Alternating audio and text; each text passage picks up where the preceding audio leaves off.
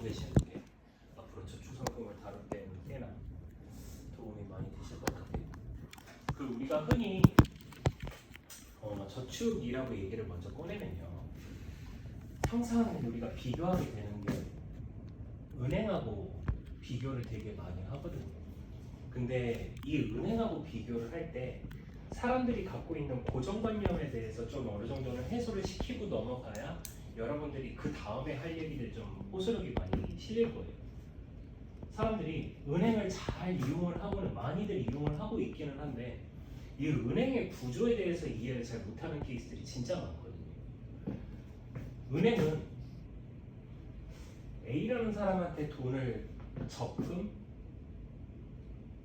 예금, 펀드 등등으로 돈을 십시일반 모아요. 매달 10만원, 20만원. 예금 같은 경우에는 뭐 1000만원, 2000만원, 억 단위로 예치시켜 놓는 개념으로. 그래서 이 돈을 가지고 B라는 누군가한테 대출로 돌리죠. 요거는 이제 다들 아실 거예요. 근데 이제 대출로 빌려줬을 때 B라는 사람한테 뭘 받냐면 이자라는 거를 받고요. 마찬가지로 은행이 자기네 돈으로 한 게 아니라 우리의 돈으로 돈 장사를 했기 때문에 요거에 대한 대가를 주는 게 또 이자일 겁니다. 여기까지 이해되시나요? 네. 근데 당연하게도, 너무 당연하게도 여기서 수익이 나야 우리한테 주는 것도 있을 거 아닙니까? 그래서 대출이자는 흔히 우리가 받는 예적금 이자보다는 무조건 플러스 2, 3%는 혹은 9%, 때에 따라서는 10%는 더 높습니다. 대출 이자가.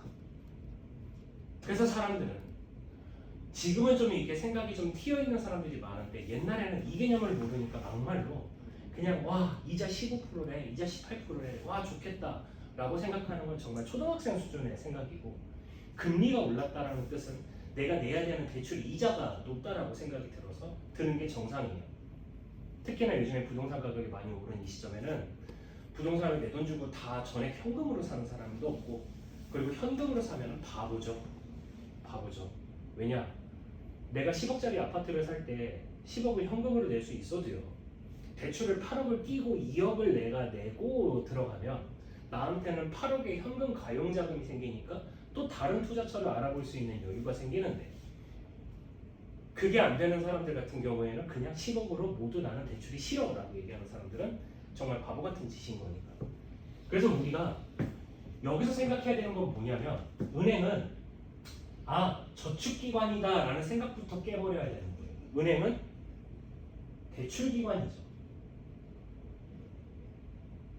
그리고 우리가 대출을 어떻게 하면 잘 받을지에 대한 생각으로 은행을 바라봐야지, 은행을 적금 넣어가지고 1, 2%를 어떻게 하면 더 받을지로 생각하는 거는 정말 큰 오산이라는 거예요. 왜냐하면 적금을 넣었을 때는 10, 20, 20, 30, 50, 100을 넣지만 대출 받을 때는 우리가 몇천억 단위를 대출 받잖아요. 그럼 그랬을 때 1, 2%를 낮추는 거에 중점을 둬야지, 우리가 은행에다가 적금 넣어서 1, 2%더 받는 거를 계산하면 안 된다는 거죠. 가장 단적인 예로 월에 50만 원씩 적금을 넣는 A라는 사람이 있다고 쳐봅시다. 흔한 직장인이죠. 근데 이 50만 원씩 적금 넣는 사람이 내가 가입한 상품은 연이자 2%의 상품이래요. 어디서 또 들은 게 있어서 내 주거래 은행이 금리를 좀 더 높게 쳐준대 라고 해서 한 게 이런 거예요. 예를 들자면 그랬을 때 이 사람이 1년 뒤에 받는, 적금은 1년 만기니까 1년이 지났을 때 이 사람이 받는 수령 금액은, 이자는 도대체 얼마일까요? 단순하게 계산해 볼까요? 50만 원? 1년을 넣었으면 총 금액은 600만 원일 거고, 거기에 2%? 그러면은 600만 원에 2%? 그러면 12만 원. 이렇게 생각하는 게 일반적이고요. 조금 적금을 해보신 분들이라고 하면은 12만 원 다 안 주잖아. 여기에 15.4%에 해당하는 금액만큼은 뺏어주지. 요거는 어디서 튀어나온 거냐? 내가 은행한테 돈 빌려줘서 이자를 받은 거죠. 우리나라에는 모든 소득에는 세금이 붙습니다. 모든 소득에는. 근데 우리가 일해서 번 돈이 아니죠. 예를 들어서 12만 원이라면 이 12만 원의 이자 여러분들이 일해서 번 돈인가요? 아니죠. 그래서 우리나라는 비노동 수익에 대한 세금은 꽤나 셉니다. 15.4%꽤 세요. 보통 자영업 하시는 분들이나 프리랜서 분들은 몇 프로대죠? 3.3% 소득세 떼잖아요. 우리 다 그렇습니다. 3.3%로 떼는데 15.4%라는 게 어디서 떼느냐? 이걸 우리는 이자 소득세라고 하죠. 당신이 돈 빌려줘서 이자 받은 걸로 소득이 생겼으니까 그거에 대한 세금을 우리가 부과하는 게 우리나라 기준은 지금 현재로서는 15.4%예요. 그래서 12만 원에 15.4% 빼면은 계산하기 복잡하니까 한 10만 원쯤 되지 않을까? 이게 또 일반적이에요. 근데 또 은행에 적금을 좀 넣어보신 분은 이거 안 나오던데를 직감적으로 알아요. 그래서 네이버에다가 적금 계산기를 키고 똑같이 50만 원 적금 2% 1년 그리고 일반과세 딱 누르면 계산하기 편하게 나오죠. 그랬을 때 얼마가 이자로 붙느냐? 600만 원 원금 제하고 이자가 얼마가 되느냐?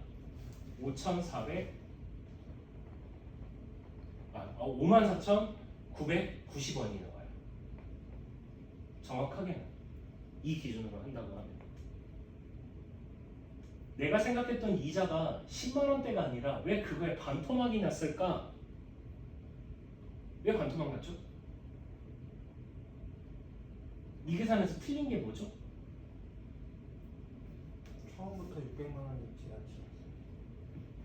이렇게 생각하는 사람이 흔하지 않다는 거예요. 되게 상식적인데 이 생각을 못 한다는 거지. 지금 되게 관통하는 대답을 하신 거예요.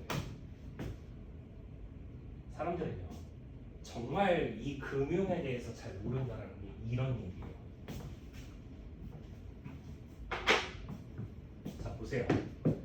내가 매월 50만 원씩 2024년 1월에 적금을 넣어야지 하고서 넣기 시작을 합니다.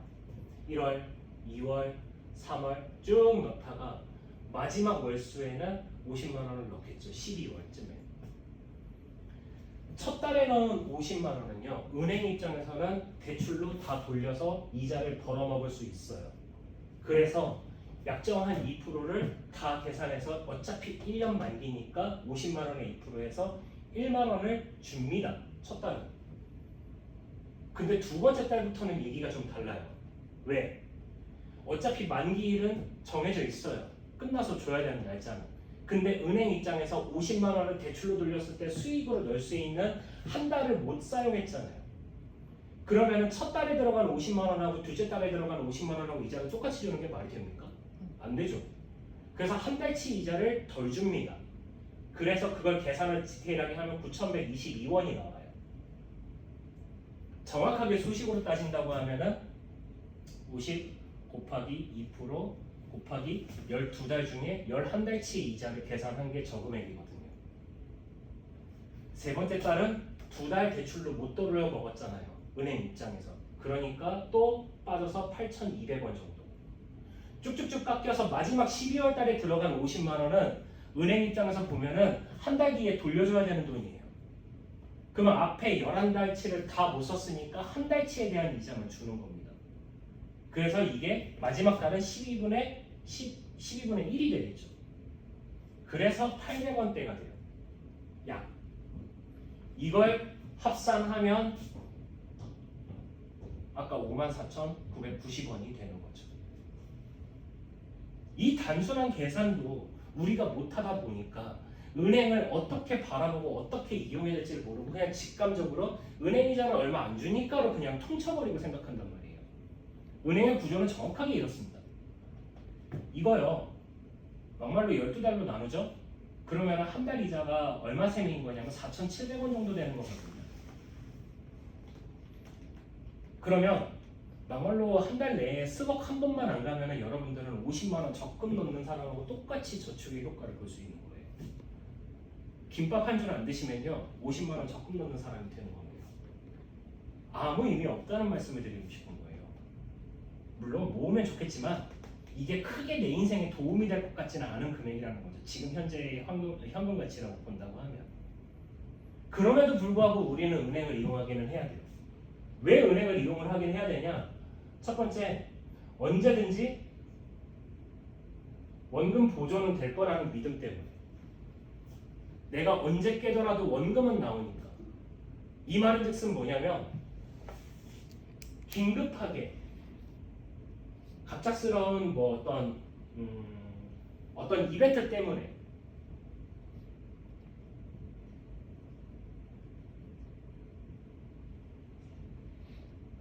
그런 단기 자금 목적으로는 은행을 우리가 이용을 해야 되는 게 첫 번째예요.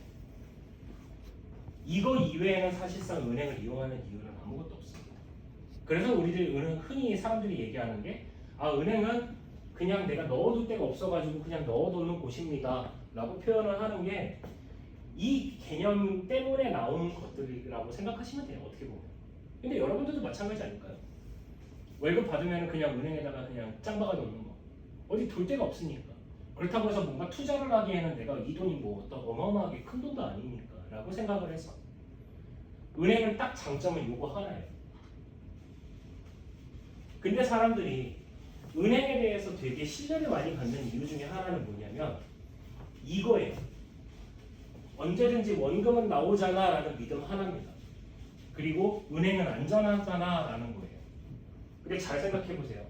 은행이 안전하다라는 생각이 지금도 안전하다라고 생각이 드세요? 사실 피부로 그렇게 와닿지는 않을 거예요. 은행이 안전한 이유, 금융회사들이 안전한 이유, 그리고 1금융권이 안전한 이유는 첫 번째, 예금자 보호가 되기 때문이에요. 우리나라 예금자 보호가 얼마까지 되죠? 5천만 원까지 됩니다. 그러니까 내가 은행에다가 5천만 원 넣어놨으면 그 5천만 원까지는 보상을 해줘요. 은행이 망하더라도. 두 번째, 은행이 안전한 이유.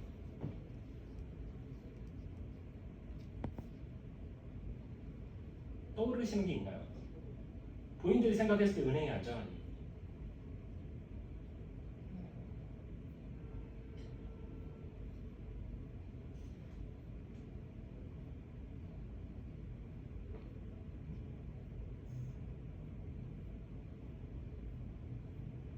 고객들의 반응하고 똑같으세요. 제가 이 질문 하면 예금자 보호 5천만 원만 얘기를 합니다.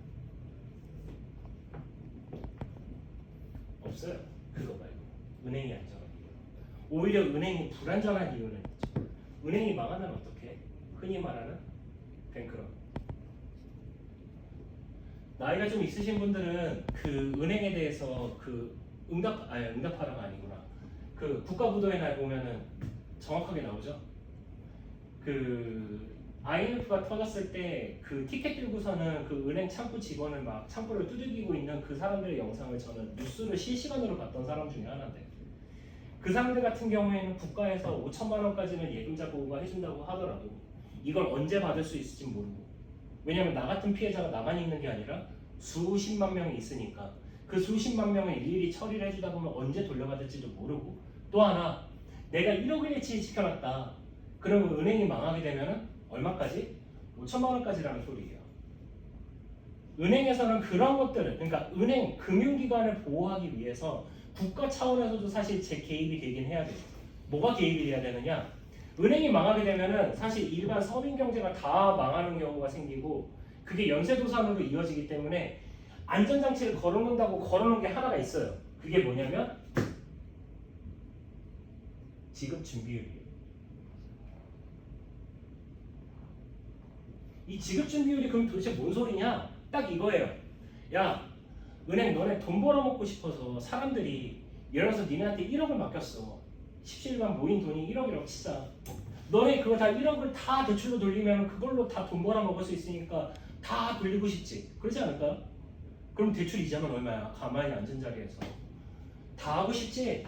근데 니네도 망할 수가 있어. 대출이라는 시스템 때문에. 왜냐 옛날에 이 은행의 구조가 튀어나온 게 어디서부터 비롯된 거냐면 옛날에 그거 영상 혹시 보신 적 있어요? 금 가지고 했던 거?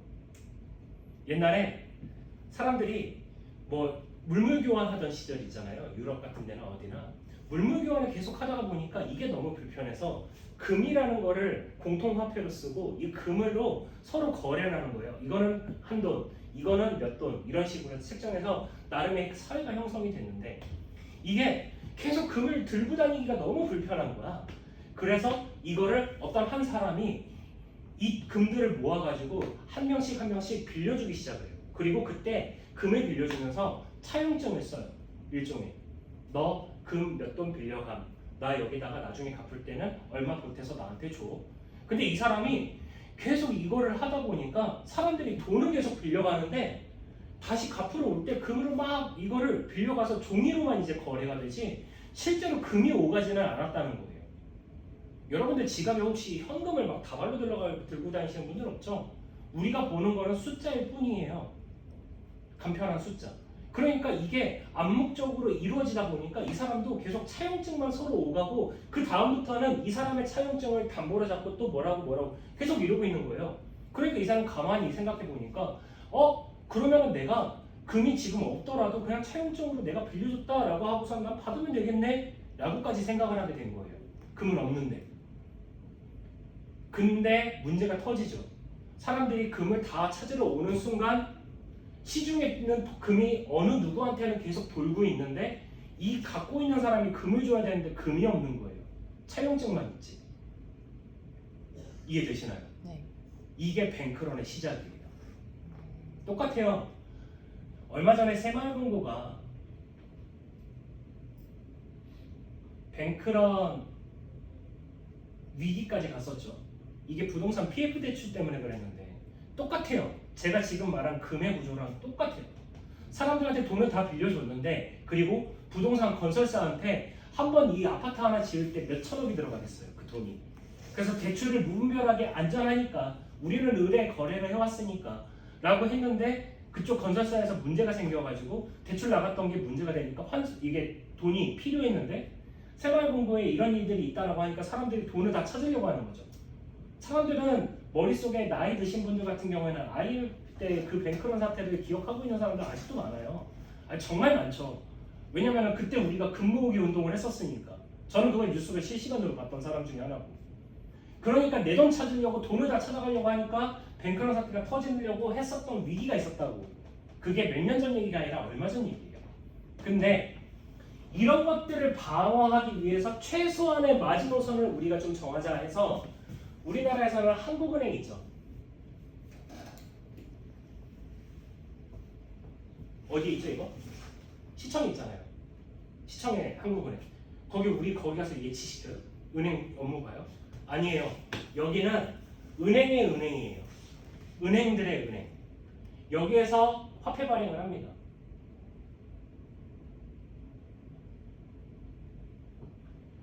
그리고 은행들은 여기에 적금이나 예금이나 펀드나 각종 자금 모이는 것들 금액 총 금액에서 이 총 금액의 3% 정도를 한국은행에다 예치를 시켜요.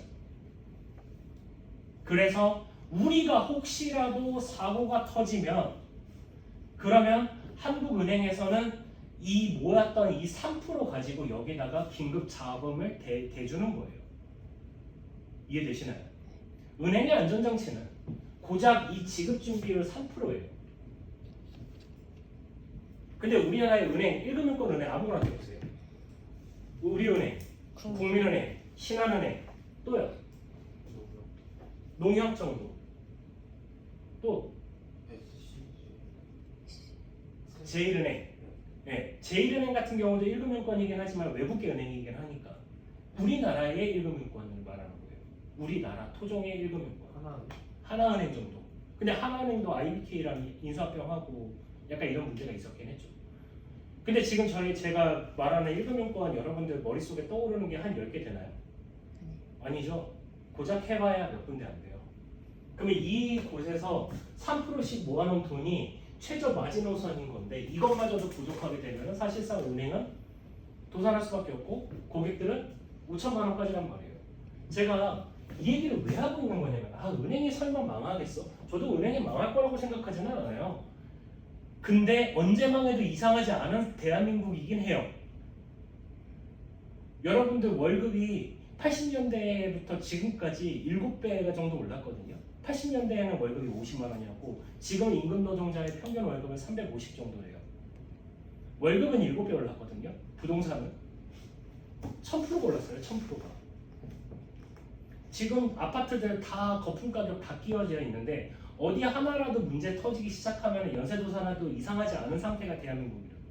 그래서 뉴스에서 자꾸 국가 부채가 몇 천조가 넘어갔고 뭐가 어떻게 됐고 DSR을 뭐 규제를 해야 되고 뭘 해야 되고 이걸 계속 얘기하는 이유가 언제 터져도 이상하지 않은 상태이기 때문에 사실 이걸 이 얘기를 하는 거거든요. 제가 막 망상 속에 얘기를 하는 게 아니라 그때도 그랬어요. IMF 때도 그랬어요. 우리나라는 문제 없다고 정부에서는 얘기했어요. 문제 없다. 우리나라 IMF가 뭔 말이냐. 우리는 우리 힘으로 해결할 수 있다. 다 그랬지만 웃기게도 대기업부터 무너지기 시작했잖아요. 여러분들 흔히 알고 있는 그 대우라는 그룹이 대기업이 무너졌잖아요. 본론으로 돌아와서 은행 같은 경우에는 안전장치가 딱 요거 하나예요. 예금자 보호 5천만 원. 끝. 그리고 내가 받는 이자는 이런 구조로 나오는 거고. 은행에 대해서 정확하게 알 필요가 있습니다. 은행은 그래서 제가 이벤트성 긴급자금으로 짧게 모으는 용도로는 너무 좋은 기관이라고요. 그리고 내 주거래 은행이 있다라는 거는 나중에 내가 대출을 받을 때 내가 국민은행이 주거래 은행인데 신한은행에다가 가서 대출 알아보는 게 쌀까요? 국민은행이 쌀까요? 국민은행이 싸죠. 왜냐? 여기랑은 나랑은 거래를 계속 해왔잖아요. 그러니까 서로 간에 신뢰가 있어서 그거를 이자 퍼센트로 0.1%, 0.2%를 감면해주는 게 기본 옵션으로 깔려있는 은행이 국민은행이기 때문에. 그래서 여러분들이 은행을 이용을 할 때는요. 주거래은행이라고 항상 부르는 이거 있잖아요. 주거래은행은요. 월급이 주로 여기서 왔다 갔다 하는 게 주거래은행이라고 흔히들 말을 하거든요. 그러면 제가 추천드리는 방법은 뭐냐? 다른 내가 여기서 국민은행에다가 하고 있어. 이게 그러면 신한에다가 적금을 10이든 20이든 할 게 있다면 하려고 하는 그 시드머니 모으려고 긴급자금으로 쓰려고 할 게 있다면 신한은행에다가도 저는 거래를 터놔요. 그래서 제가 국민은행에서 주거래은행임에도 불구하고 저는 신한에다가 적금을 10, 20을 넣어요. 왜? 내가 국민은행이 무조건 싼 게 아니라 신한에서 대출금리가 좀 더 쌀 경우 기본적으로 쌀 경우가 있어요. 근데 나랑 거래를 털었어. 그러면은 신한에서도 내가 대출 비교를 해볼 수 있잖아요. 서로 니네 둘 중에 어디가 더 싸냐라고. 저는 무조건 대출 받을 때 전 은행을 다 알아보긴 하지만 기본적으로 제가 거래를 어느 정도 다 터는 데랑 물어봐요. 월등히 나머지가 비싸니까 대출이자. 은행은 딱 이 정도로. 내가 어떻게 하면 대출을 싸게 받을 수 있는지만 알아보는 용도로 쓰시는 게 제일 현명합니다. 그러기 위해서 우리가 적금을 넣는 거예요. 우리가 또 돈을 모을 때 사람들은 흔히 이런 얘기를 해요. 아, 나중에 노후연금을 어떻게 준비하고 있어? 라고 물어봤을 때 나 연금, 국민연금에 가입돼 있고 뭐에 가입돼 있어? 그러면서 연금에 대한 얘기도 하죠. 이게 퇴직이든 아니면 그냥 개인연금이든 등등등.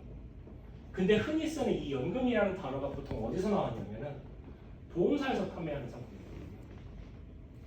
나 은행에서 연금 상품 가입했어 라고 하는 사람이 있다면요. 그거는 보험사 상품을 은행에서 위탁해서 판매해서 가입을 한 거지 은행에서는 연금 상품이라는 개념 자체가 그렇게 있지는 않습니다.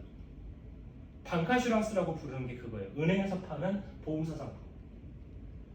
그러면 이 보험사에서는 어떻게 이자가 불이가 되냐? 첫 번째 차이점이 뭐냐? 아까 우리가 50만 원 적금 넣었을 때 어떻게 되는지를 설명을 해줬잖아요.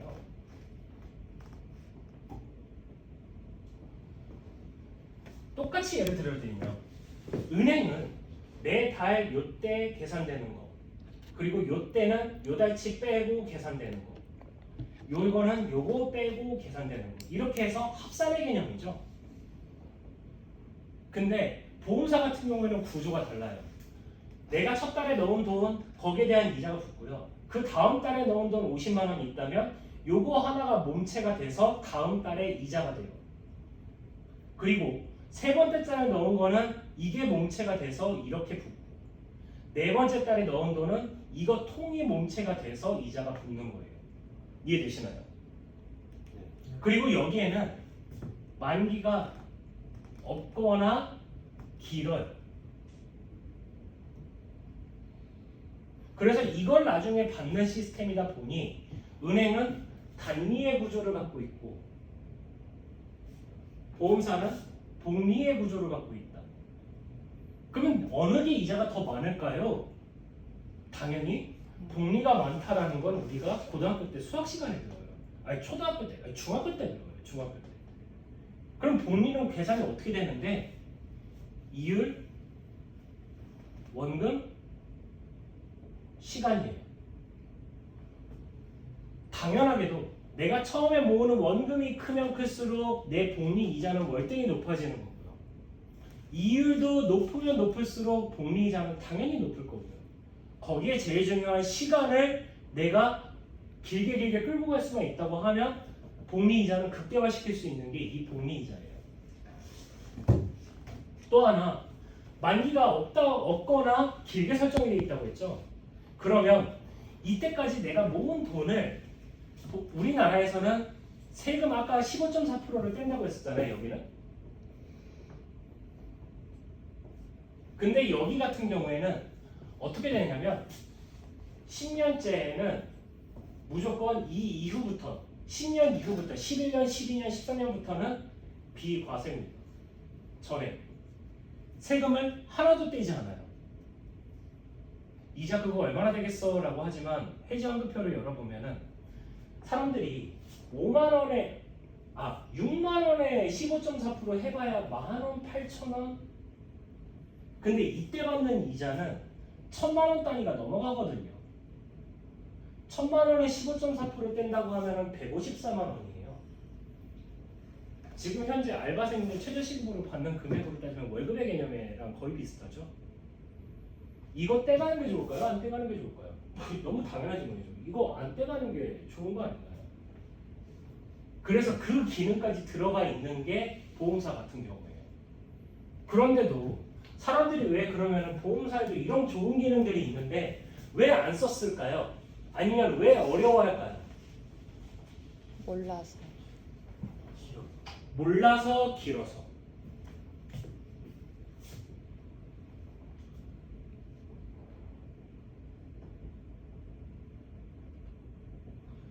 차이점, 장점.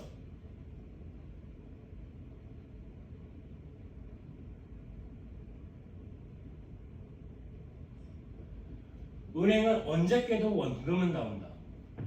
보험사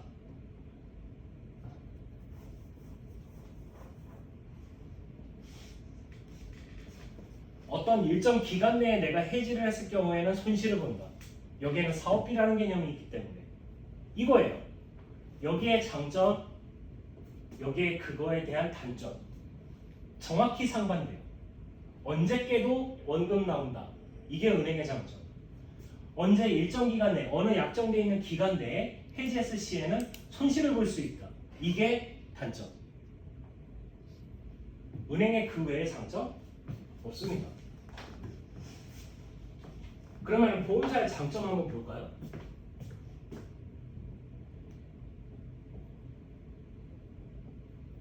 복리 이자 보죠. 당연히 이자 내가 더 많이 받을 거니까. 세금 안 떼는 거. 내가 10년간 이거를 계약을 유지를 해왔으니까 나는 여기에 대한 이자 소득세는 나는 낼 필요가 없어. 나중에 니네가 나라가 이자 소득세를 30%를 올리든 50%를 올리든 나랑은 상관없는 비과세. 맞나요? 네. 네 번째. 만기가 없거나 길다. 만기가 없는 걸로 얘기하겠습니다. 만기가 없다. 이게 왜 장점이에요? 만기가 없는데?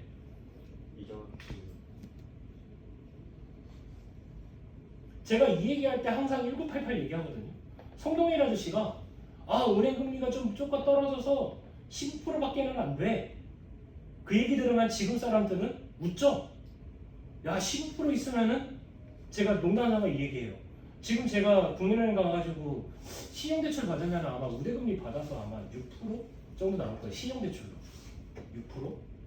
5% 나오려나? 대출 받아서 저는 그 15% 받을 수 있는 은행에다 넣어요. 그럼 내가 대출이자로 내는 건 5%인데 여기서는 15%가 나오니까 저 그렇게 할 거예요. 우스갯소리죠. 할 수만 있다면. 근데 그거 못하죠. 왜 못하죠? 은행은 만기가 있었기 때문이에요. 1년마다 내가 20년 전으로 타임머신 타고 돌아가가지고 그 금리를 했다면 얼마나 좋을까는 망상이 되는 이유가 얘네는 항상 만기로 끊었거든요. 15%짜리는 이번 연도까지입니다. 다음 연도는 13%예요. 끊어요.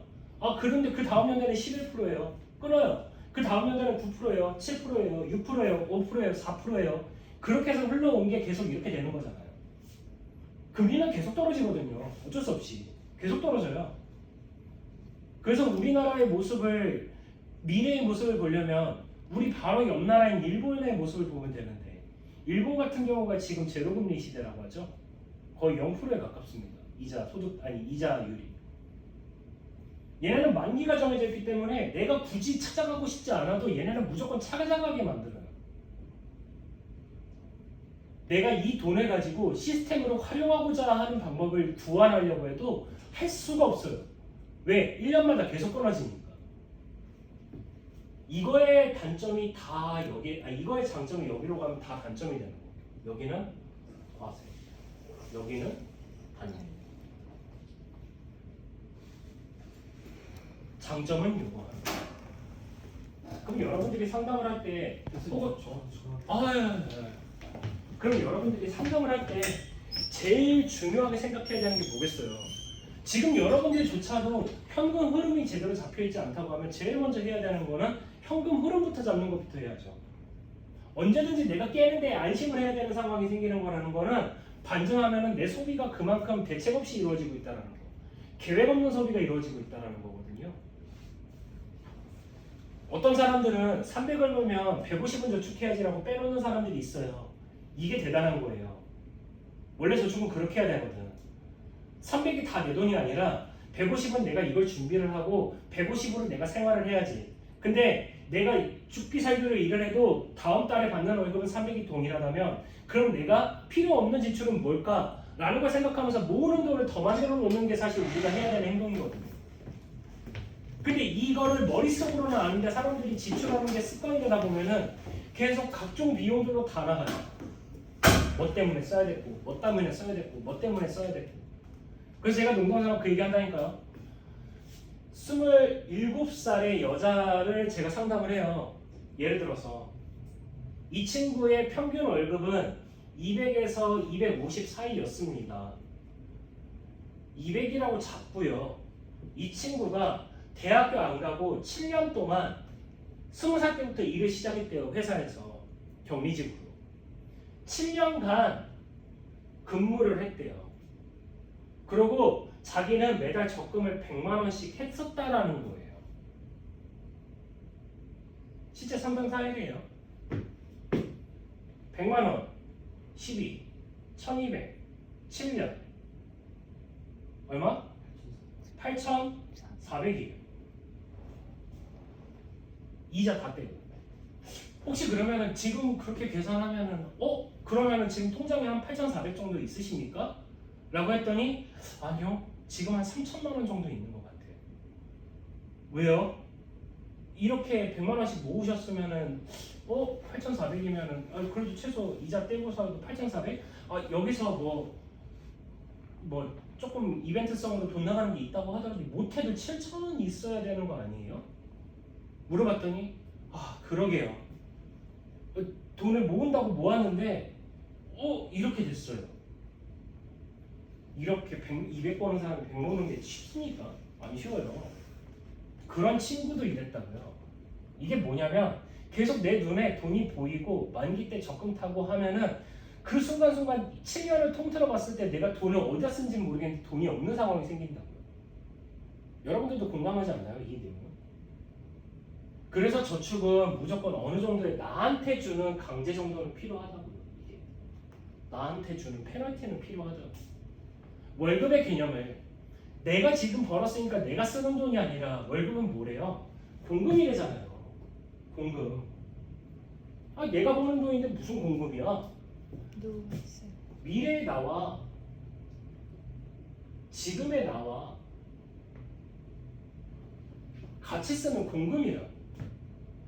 제가 7, 80대도 일할 수 있고 28 청춘 튼튼한 몸으로 어떤 일이든 20대가 하는 일 똑같이 할 수 있으면 너무 좋은데 그 일을 하지 못할 게 너무 명확하게 보이기 때문에 그 미래의 나를 위해서 내가 지금 같이 쓰는 공금의 개념으로 생각을 해야 되는데 일반 직장인, 남자 같은 경우에 20대 후반 혹은 30대 초반에 장사를 시작하든 사업을 시작하든 뭘 하든 했을 때 그 친구가 월급의 개념으로 받는 개념으로 이 사람이 퇴직하는 30살에 시작해서 60까지 30년 동안 받는 월급의 횟수가 360번이에요. 360번.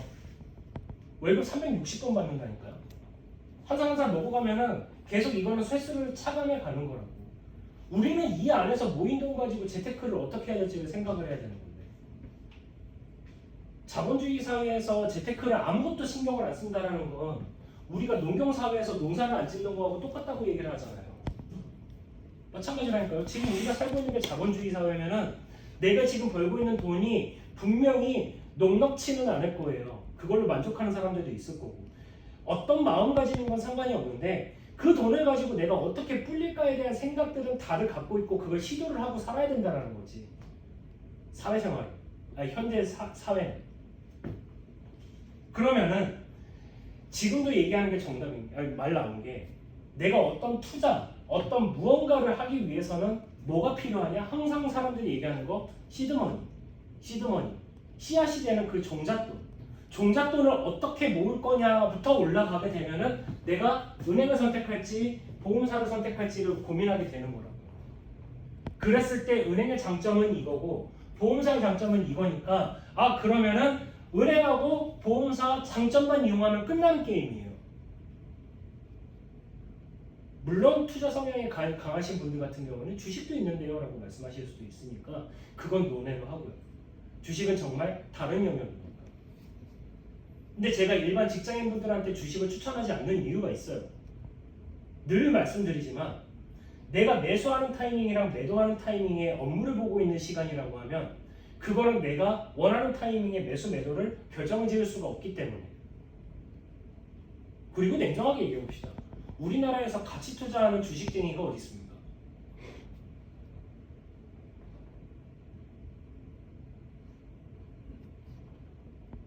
그러지 않나요?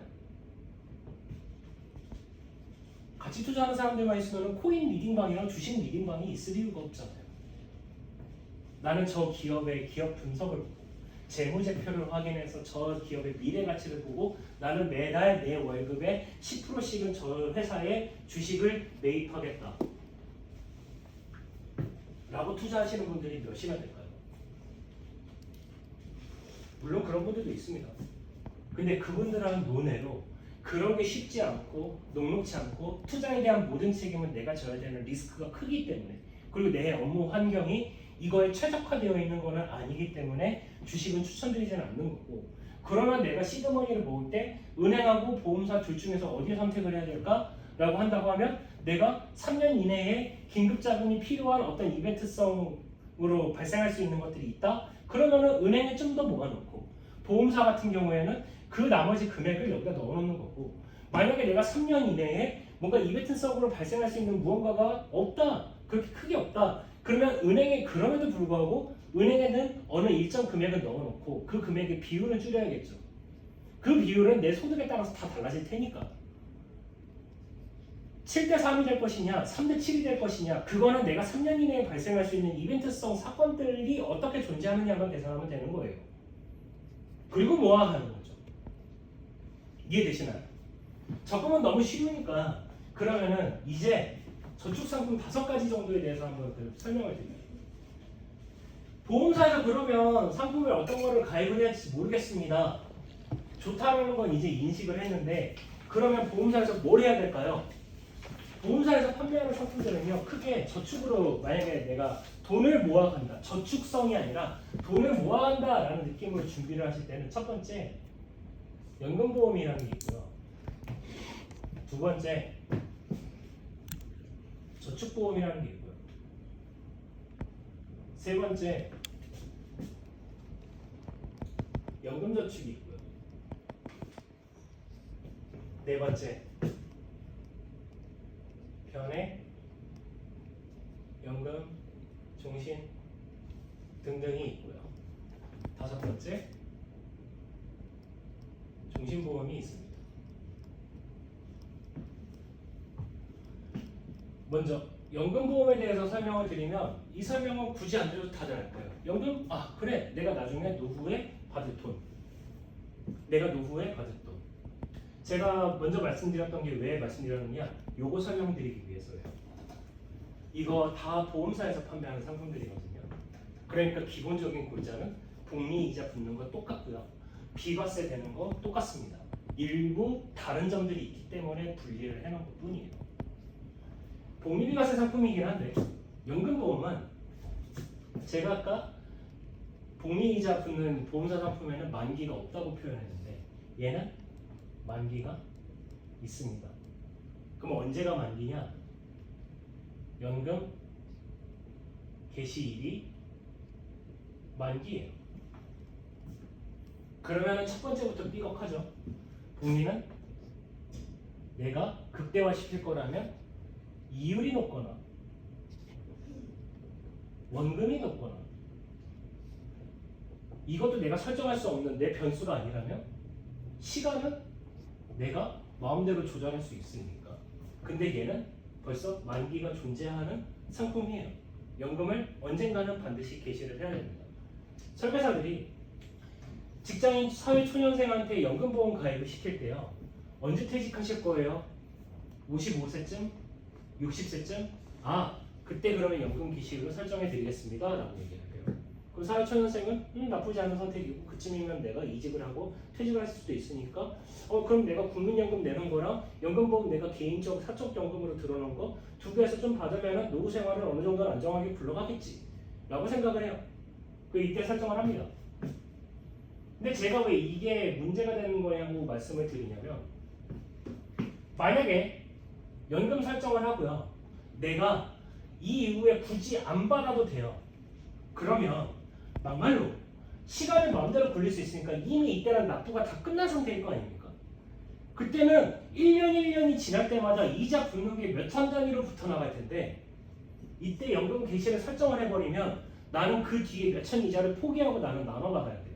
사람들이 연금보험을 가장 오해하는 게 뭐냐면 내가 예를 들어서 55세 때 연금 개시를 하겠다라고 설정을 하면요. 이 55세 때 맞는 해지 환급금이 예를 들어서 1억이 있다고 쳐봅시다. 1억. 10억이 있다고 쳐봅시다. 이때 10억이 있다고 쳐보자고요. 해지 환급금이. 그러면 요 다음 연도에는 10억 한 2, 3천이 될 거예요. 근데 나는 연금 개시를 했으니까 이 뒤에 있는 모든 숫자들은 나랑은 상관이 없는 숫자고요. 10억을 내가 죽을 때까지 매월 나눠줘요.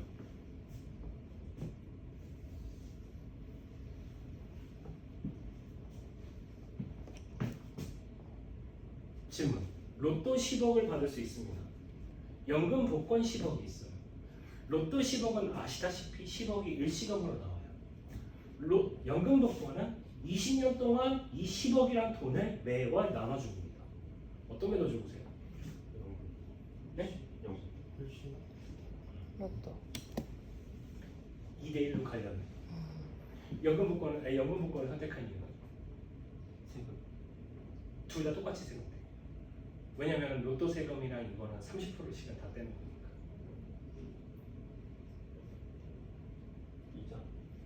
이자? 그냥 안전성. 안전성?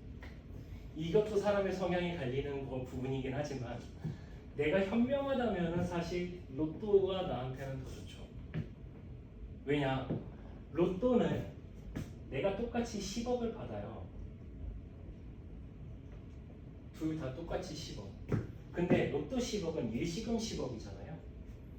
만약에 연금 복권이 20년 동안 나눠줘서 매달 500씩 내 통장에 뭐 예를 들어서 꽂힌다 칩시다. 500씩 500씩. 얘는 일시금으로 10억 받았어요. 그럼 나는 500씩 내 지출 통장에다가 500씩 여기다 그냥 이체시켜서 나는 그럼 500씩 받아야지 라고 했을 때 내 통장의 나머지 통장에는 9억 9,500만 원이 남아있어요. 하물며 여기에는 이자가 붙고는 있겠죠. 얼마가 붙을지는 저도 계산하기 복잡해서 안 하고요. 이게 중요한 게 아니라 9억 9,500을 내가 가용자금으로 내가 기회비용으로 쥐고 있고 안 쓰는 것 뿐이지 쥐고 있고요. 500씩 내가 이렇게 받는 게 좋으면 500씩 써도 똑같아요. 근데 만약에 이거 유지하다가 어디에 내가 좋은 물건이 하나 보였어. 아니면 어떤 좋은 투자처가 있어. 아 근데 이건 한 1,000만 원이면 될 것 같은데 해봄직하잖아요. 한 2,000이면 될 것 같은데 해봄직하잖아요. 문의로 돌릴 수 있는 가게라면은 그거 만들 때 1억 정도 들어간대 1억을 얘가 여기서 써도 되잖아요. 그런 것들로 자산이 형성을 해가는데 도움이 되거나 이자라도 붙는데 이거는 내가 500씩 받아요. 9억 9,500 누가 갖고 있어요? 금융기관이 갖고 있겠죠. 관리 주체가 갖고 있겠죠. 이게 만약에 연금보험이라면 보험사가 쥐고 있겠죠. 그 보험사는 얘네한테는 500만 원씩만 주면 되니까 나머지 돈으로 아까 말했던 은행이 하던 짓거리를 똑같이 할 수 있잖아요. 이해되시나요? 이해되시나요? 어떤 게 더 좋아? 로또가 더 좋죠. 근데 이거를 강제로 연금은 딱 제한하고서는 10억을 나눠줘요. 그리고 저 9억 9,500이 갑자기 갖고 싶은데요. 주세요. 안 돼요. 왜요? 게시가 됐잖아요. 이미. 이겁니다. 이게 연금보험입니다. 연금보험이 가지는 하겠죠. 그리고 또 하나. 공시이율을 따라가요. 아 갑자기 공시이율 어려운데요. 쉬워요. 뭐냐? 내가 오늘 가입한 연금 상품이 특판으로 나와서 5%짜리를 가입하는데 복리이자 5%야. 단리도 아니고 대박 가입했어요. 근데 다음 달에 우리 회사는 공시이율이 4%로 떨어졌습니다 하면은 저는 5%로 가입했지만 4%짜리를 유지하는 사람이 돼요. 공시이율은 그런 거예요. 변동에 따라서. 또 3%로 떨어졌대. 그럼 3%. 다만 이 모든 상품들의 장점은 뭐냐? 최저 보증 이율은 있습니다. 요게 하나의 안전장치예요. 아무리 떨어져도 10년 차부터 15년 차, 15년 차 이상부터는 저희가 1%는 보장해 드릴게요. 0.5%는 보장해 드릴게요. 그게 있어요. 하지만 내가 아까 말했죠. 복리 상품을 내가 선택을 할 건데 이율은 높았으면 좋겠고 원금도 많았으면 좋겠고 시간도 많이 불러갔으면 좋겠다라고 했는데 이율에서 걸리고 시간에서 걸리는 게 연금보험 상품이에요. 이해되시나요? 그러면 저축보험을 한번 볼까요? 저축보험은 연금보험이랑 거의 흡사해요. 거의 흡사한데 저축보험은 은행에서 가입하는 경우도 많습니다. 이거 그러면 은행 상품인가요? 아니라고 했죠? 보험사 상품을 은행에서 위탁해서 파는 거. 그걸 어디서 볼 수 있느냐? 은행 가보신 분들 있죠? 가보셨죠? 한 번쯤은? 은행 가셨을 때 입구에 딱 플랜카드로 대문짝만하게 걸려서 시드머니 1억 만들기 플랜 해가지고 7년짜리, 10년짜리, 15년짜리 해서 이자율은 얼마 플랜카드로 쫙 붙어있는 거 보신 적 있죠? 그게 저축보험이에요. 연금보험이랑 똑같습니다. 근데 주로 은행에서 많이 판매를 하고요. 저축보험의 특징도요. 여기랑 똑같아요. 뭐 하나 다른 게 없어요. 그런데 왜 이름이 다르냐? 얘는요. 뭐 만기가 굳이 이렇게 길지도 않고 10년짜리도 있고요. 15년짜리도 있고요. 20년짜리도 만기가 비교적 짧게 설정돼 있어요. 연금보험은 비교적 길어요. 근데 저축보험은 짧게 설정돼 있어요. 만기가 짧다. 그런 특징이 있고, 두 번째는 뭐냐면 연금 수령 방식이 좀 달라요.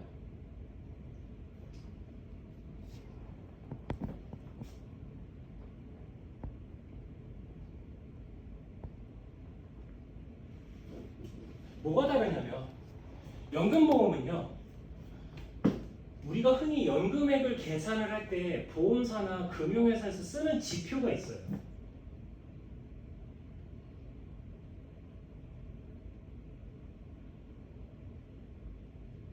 경험생명표라는 걸 씁니다. 쉽게 말하면 평균 수명을 예측하는 거죠. 80년대에 경험생명표를 본다고 하면은 뭐 사람들은 60쯤이면 많이 죽더라. 70쯤에 많이 죽더라. 근데 이번에 개정됐던 최근의 경험생명표를 보면 남자는 84세, 여자는 86세 뭐 이렇게 써있는 거 보실 거예요. 들어본 적 있으실 거예요. 경험생명표라는 건 계속 길어질 수밖에 없습니다. 왜냐면 의술이 좋아지니까 다 살리거든요. 사람들은. 그래서 경험생명표가 계속 지나면 지날수록 사람들의 나이가 계속 뒤로 늘어나고 있는데 연금 수령 방식의 차이가 뭐냐? 연금보험은요. 내가 최초에 가입한 날에 경험생명표를 써요.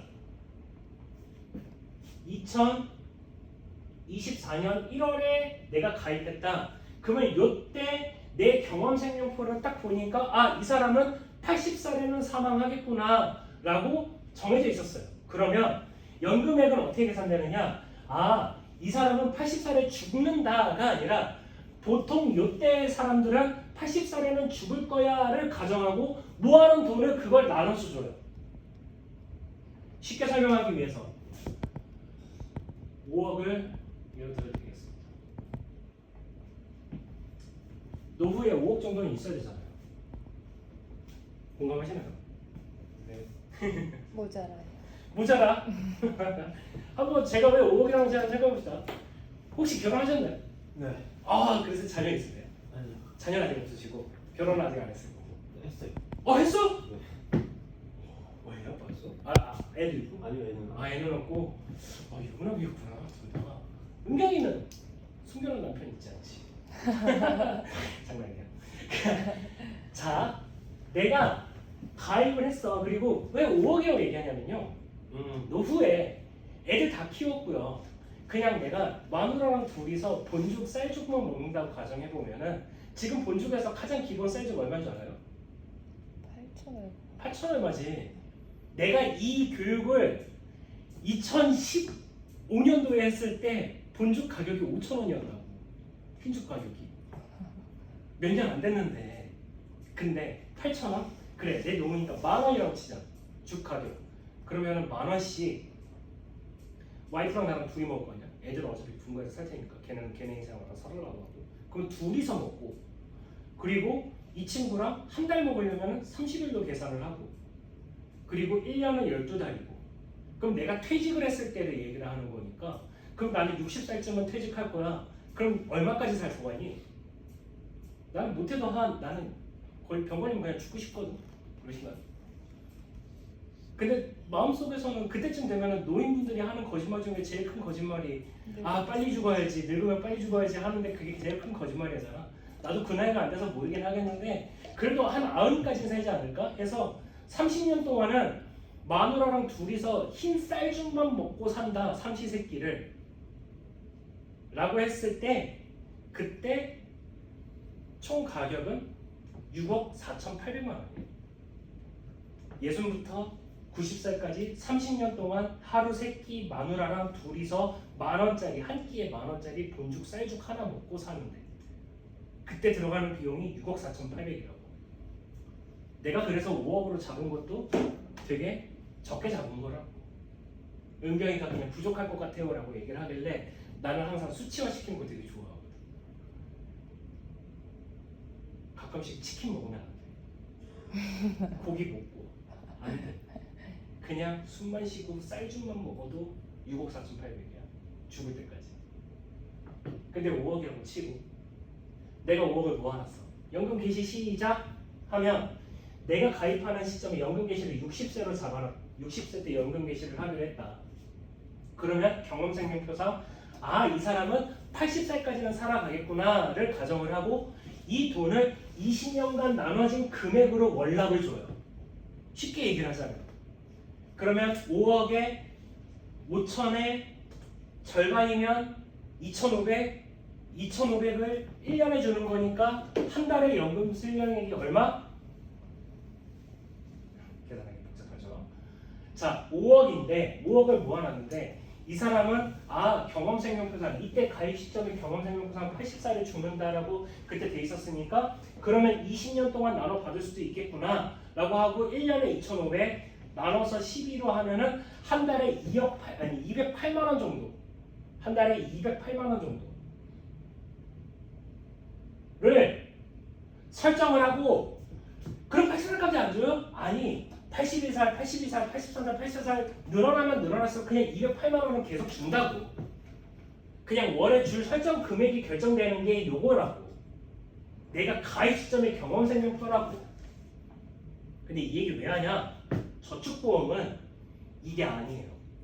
저축보험은 똑같이 2024년 1월에 내가 가입했다 하더라도 연금개시 똑같이 60세 때 개시를 하겠다고 하더라도 내가 80살 때쯤 60살 때 개시를 한다고 30살의 남자가 그러면 30살 남자가 2024년도에 개시를 하겠다 가입을 했어. 근데 이 사람이 60세 때 받기로 했어. 그러면 30년의 세월이 지나죠. 그러면 이 친구가 60살이 됐을 때의 경험생명표를 적용시켜요. 이해돼요? 그럼 뭐가 되느냐?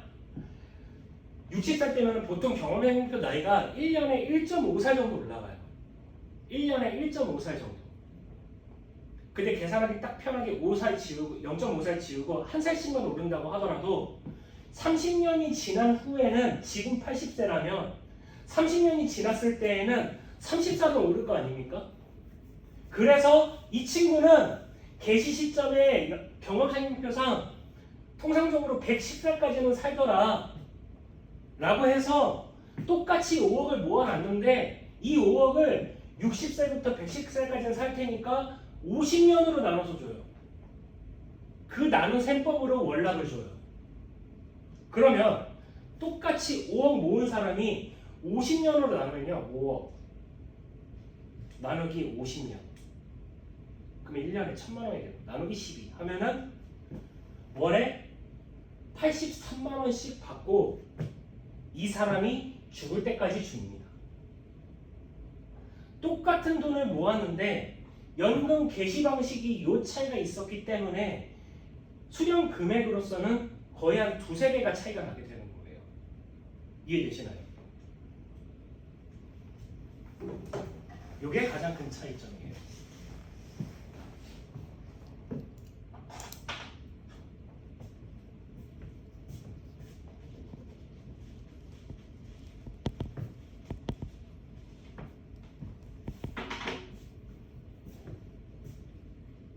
자, 이제 대망의 연금저축. 오늘 아침 지점주에 잘 들으셨습니까? 네. 이해가 되던가요?